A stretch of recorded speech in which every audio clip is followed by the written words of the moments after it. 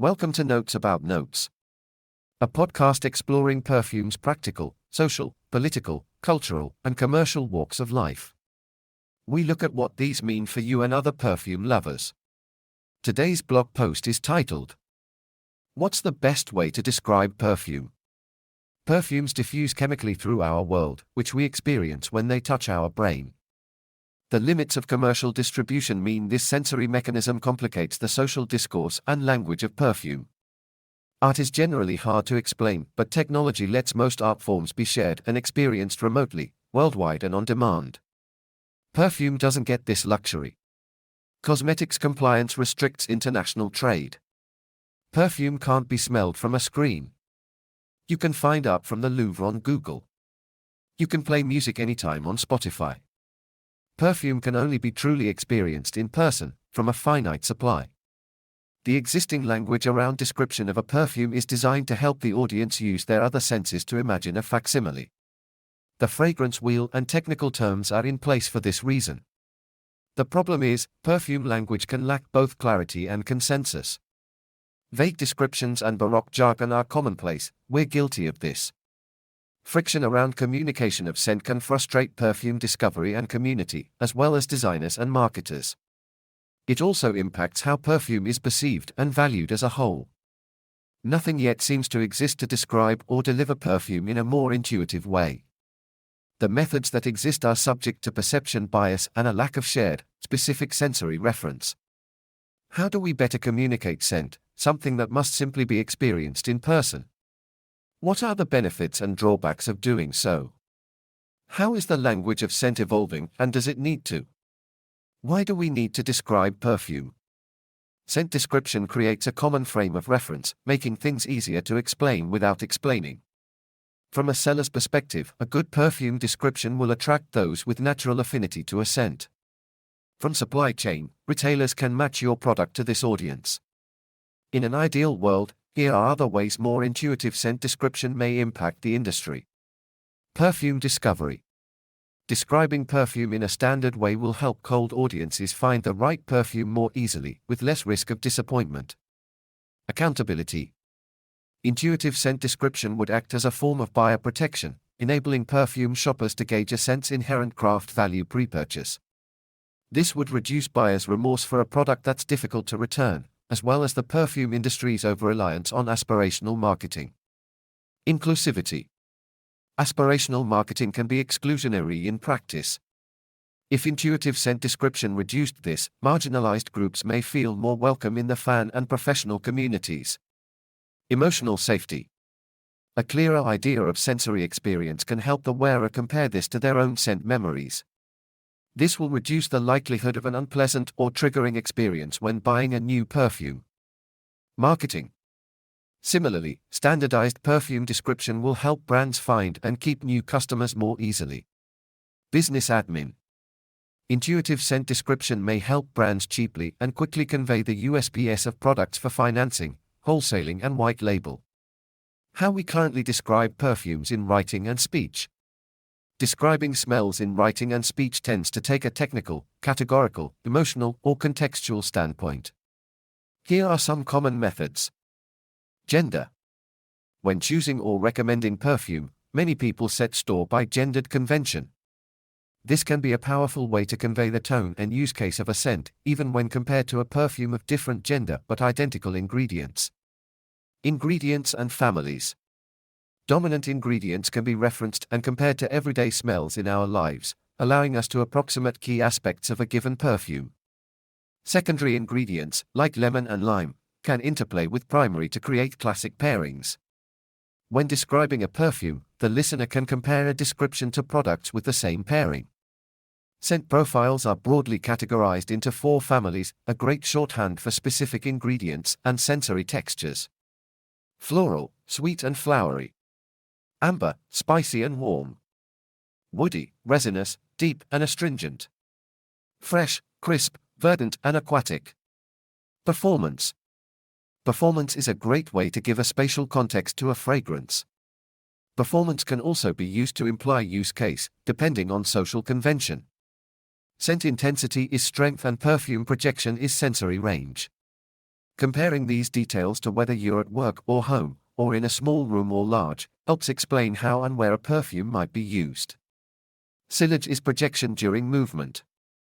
Longevity affects how often you'll need to apply your scent. Sensory experience. All senses pass information to the amygdala, helping us transmute one sense to another. Scents can be used with other perfume descriptors or as a standalone method. During perfume discourse, descriptive words for smell can help the listener use their other scents as a proxy for their nose. Color, flavor, shape, and texture are universal sensory experiences we've built emotional context around. Terms such as red, sweet, and sharp may be useful for a strawberry fragrance. When used in perfume language, scent descriptive terms help us know smell through the lens of instinctive like and dislike. Use case. Use case, like gender, comes with social conventions that impact what scents are worn and made.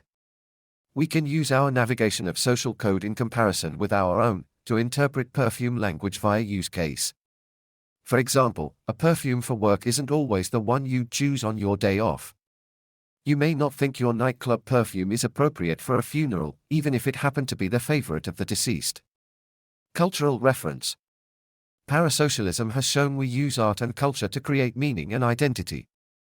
We project our own meanings onto these people, periods, places, and things. Perfumers use this all the time to both design and communicate of their work. People can interpret perfume through this same lens. What does Taylor Swift mean to you? Or your favorite movie? What about a place like Yorkshire, or a time period like the late 2010s? Where do you go and how do you feel? What social factors impact perfume perception and discussion? Even with the perfect description, you can't remove the messy human element from how we experience perfume. Perfume is specifically made to filter through and impact the human experience. Bias. While useful, existing perfume language forces us to create loose approximations of scent. This can be biased by our own scent memories and palette. Your scent palette and scent memories likely differ from the person sat next to you. Existing perfume language also assumes a wide perfume palette. For casual, budget, or misinformed perfume fans, this may not be the case. Without this, scent description and perception can miss the mark. Intersectionality also factors into description and perception. For example, the generational divide around the Oriental perfume descriptor. A younger shopper or a person of East Asian descent may be more likely to question the use of this descriptor over amber. Marketing. Marketing can get in the way of accurate scent description. Many perfume houses tend to focus on the brand over the product, in part because the core product can't be fully explained. This can result in confusing fragrance terms and the use of elevated lexes in an effort toward increased perceived brand value. Language can, and should, also change. An Oriental perfume may be viewed in less favorable terms than an amber perfume by a younger perfume shopper than an older one. Psychological. Our mental and emotional state can impact our sense of smell. Reduced odor identification has been reported in patients with depression and schizophrenia. For long-time sufferers of a mental and emotional condition, their sense of smell may differ from a person without this condition. Smell sensitivity and note identification may diverge and impact perfume discourse. A blow to the head can damage the brain or change its chemistry, changing sense of smell or even causing a heritable condition like synesthesia or anosmia. Medical. During our lives, our bodies will drastically change. Whether temporary or permanent, these medical states will influence our perception of scent when the topic is brought up. Common age and hormonal changes, such as puberty and menopause, impact our sense of smell. It's estimated a quarter of people have a smell dysfunction of some kind. Illness is also a factor. COVID-19 patients have reported unusual, reduced and removed senses of smell. Smell perception can be changed by certain cancers and cancer treatments. Medications can list changes to smell as side effects of their use. Genes and experience both impact our sense of smell. Some people will have more smell receptors than others. Some may be prone to sinus infections, which cause inflammation. Smoking and recreational drug use can also change our sense of smell. Past attempts to communicate scent. Perfumers have noted the communication gap when it comes to scent. Here are ways perfumers have attempted to improve perfume description, each with pros and cons. Perfume discovery sets. The standard method is the perfume set, a way for brands to reduce price resistance and risk for customers. Think of perfume sets as a fitting room for clothes you're not sure will fit you. Even if you don't like something, you may like something else. While perfume sets lessen the impact of a miscommunicated scent, they are not a preventative measure. Companion audio and visual art. The 2010s saw a resurgence of indie perfume and a rise in careful, curated branding. Part of this branding included music and art as part of the perfume experience.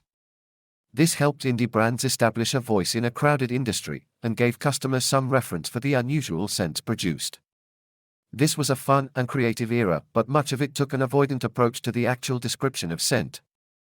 Glossaries and reference texts. Fragrance glossaries would be dry to the casual buyer but invaluable to a serious perfume fan. The problem, as mentioned earlier, is that these methods assume a well-developed palate when describing perfume expert. Online discourse. Fragrance glossaries, superfans. Perfume workshops and courses. In-person courses and masterclasses are an excellent way to learn to perfume design and interpretation from real experts in the field.